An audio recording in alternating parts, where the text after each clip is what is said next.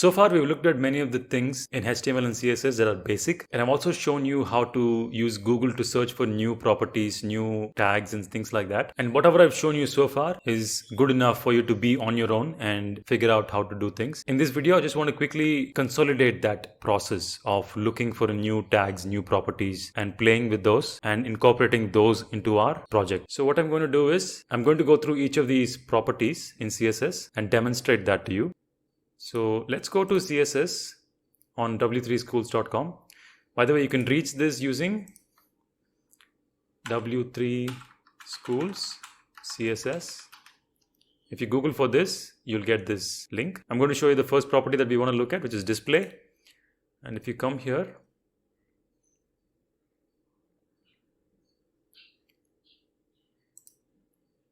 and go to display, it'll show you some text about this property. So it says here the display property specifies if or how an element is displayed. Every element has a default display value depending on what type of an element it is. The default display value for most element is block or inline, and here you can see what each of those looks like. So block level elements always starts with a new line and takes up the full width available. So when the display is block, it takes up the entire width on the page, and when you have an inline element, the spacing of that element is just enough to contain the full width of that element. It doesn't take up the entire width of the page. Instead, it just takes the width that is necessary to fit the element. And when you say display is none, it is basically a way of not showing that element on the page. So these are three possible values of the display property.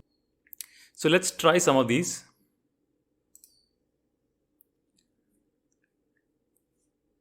So you can see here that the li has a display property of inline, and that's why each of these lists only takes up the width necessary to contain whatever is within that li. Okay, so let's say we want to change this to block and run it.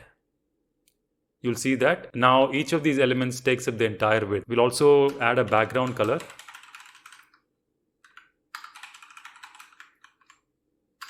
And let's run it. You can see that the element takes up the entire width available on the page. We'll also add a border.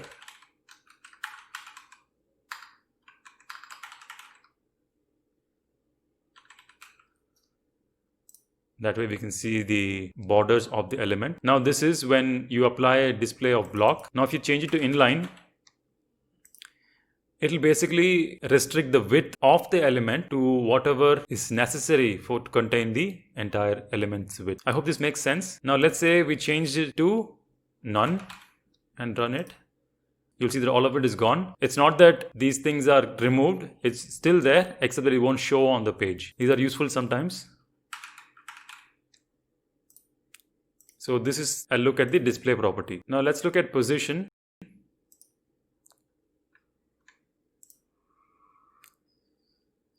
So the position property takes several values: static, relative, fixed, absolute, and sticky. So the static is basically what most elements come with as default. Let's try it. So whenever you have a content on the page, it's by default static. It's going to be positioned in the normal flow of the page. So whatever comes before it will be on the top, and whatever comes after it will be at the bottom. So it's nothing special to it. That's a default property. Now if you have a position of relative, so let's say that this particular element is supposed to be here, but you want this position to be slightly below where it's supposed to be. So then you add a position of relative and you'll specify what kind of a spacing you need around it. So let's try this. So here we have a relative positioning on this div, and we've added a property of left with 30 pixel as its value. So what this will do is it will basically add a 30 pixel margin to the left of where it was supposed to be. Now if you remove this and run it, it's not going to show that margin on the left. So you need to have the position of relative for this left margin to work. So that's what relative is. Now if you have a position of fixed, you can see here that this is what it looks like. The position fixed, it looks like this. No matter where you're scrolling, the position of that particular element is fixed. So let's try this. So you can see here that the position is fixed and you specify the margins of that element. So here if we say that bottom is 0, right is 0, that's why it's sticking to the very bottom right of the page. And let's say we have several pages of content here. Let's multiply this.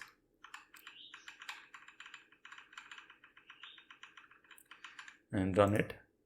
So you can see here that we are still scrolling and this content is right where it was initially. So that's what the fixed does. It's very useful to have this kind of a thing when you want an element to be fixed on a page, regardless of how you're scrolling it.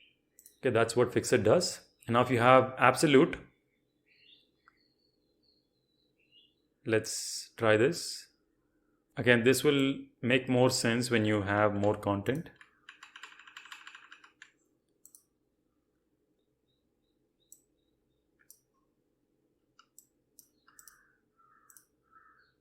So here I've removed the other element that was here, so I can demonstrate the way the absolute works better. So here we have the position to be absolute, and we've given a top margin and a right margin and a width and a height. When you run it, it basically shows you that element in that space regardless of what is supposed to be there. In a way, it's like fixed, except that it gets affected by scroll, unlike fixed. So fixed will remain same whether you scroll or not, but this will scroll along with where it's supposed to be. So now let's say that I remove this property and run it, and you'll see that our element is over here. But when you add that absolute property, it'll take you right to the part of the page where the top margin is 80 pixels and the right margin is 0. So let's have a look at that. So you can see that it's over here. So this is what absolute does. I hope this is clear. And there's one more position that we want to look at, which is sticky. So this is how it works, and you can specify it using this position equals sticky. What it'll do is it'll basically be where it's supposed to be, except that when you scroll, it will stick to the top of the page. So this is how sticky works. So when you look at this for the first time, it'll look like nothing's different about it. But the moment you scroll down, this element will stick to the top edge of the page so that it always stays in view, even when you scroll down. When you scroll it back up, it will show you the element right where it's supposed to be. But the moment you scroll it out of view, it will still stick to the edge of the page so that you can always get to see it. So that's the sticky property. Now let's look at float. So float is a very interesting property. It's very commonly used, and let's have a look at it. So you can see here that this image is floated to the left. If you remove this property,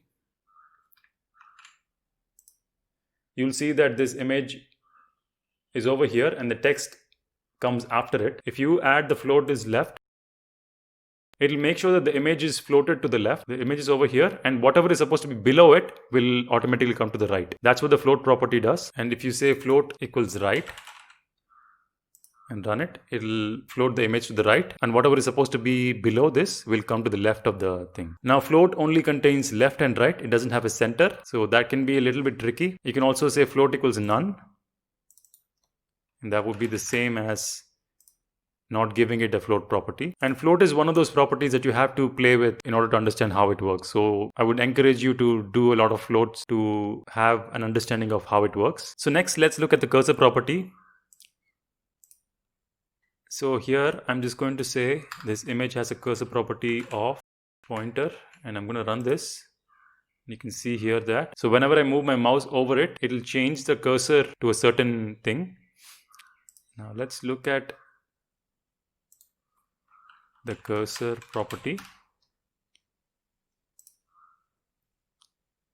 So here you can see the different types of values that are available for the cursor property. So let's try crosshair.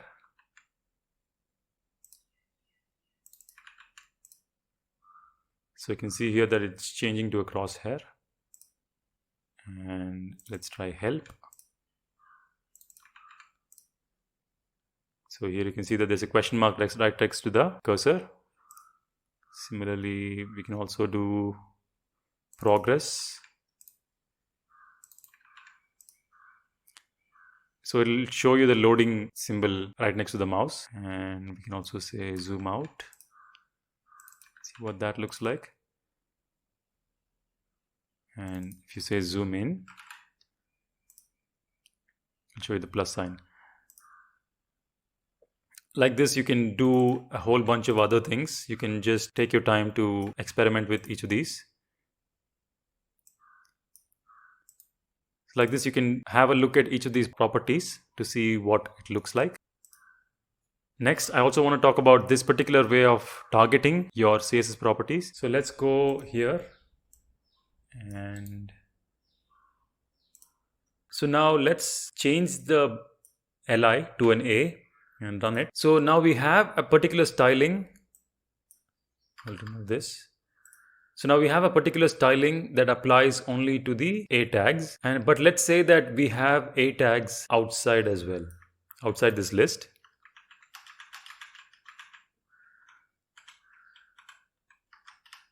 So let's run this. Now you can see that this particular styling applies to all of these links, not just the ones in the list. So now let's say that you want to apply this styling only to the links that appear within this list. You can do it using class. You can have it have a class name of list link, and you can specify this over here, and you can apply this class name to all of these. Okay, and then run it. So it'll render the styling only to the links. So basically what we did was we added a class to the particular links that we want to have target, and then we applied the styling on that class name. But let's say we don't want to do all of this extra work and still want to attain the same result. So I'm going to undo this and show you how to do that. So I'm going to run it. Now all of them are getting the styling, and if you want to restrict the styling to only to the list, what we'll do is we'll have it be like this and run it.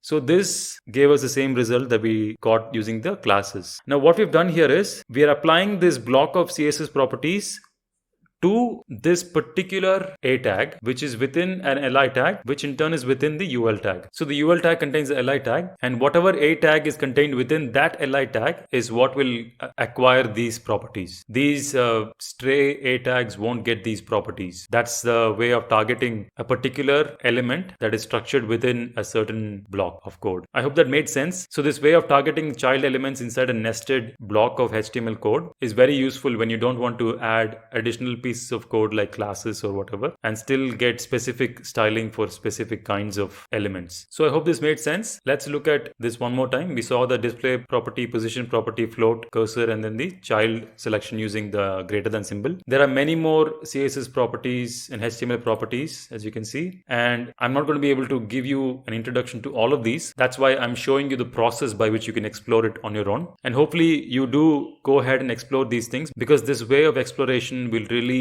mature your way of learning the new things that you don't know. So I hope you're able to make use of this technique of just Googling for things and looking at online resources to teach yourself the things that you don't know. Please make sure to like and share this video and subscribe to our channel and press the bell icon for notifications. Thanks for watching. See you in the next one.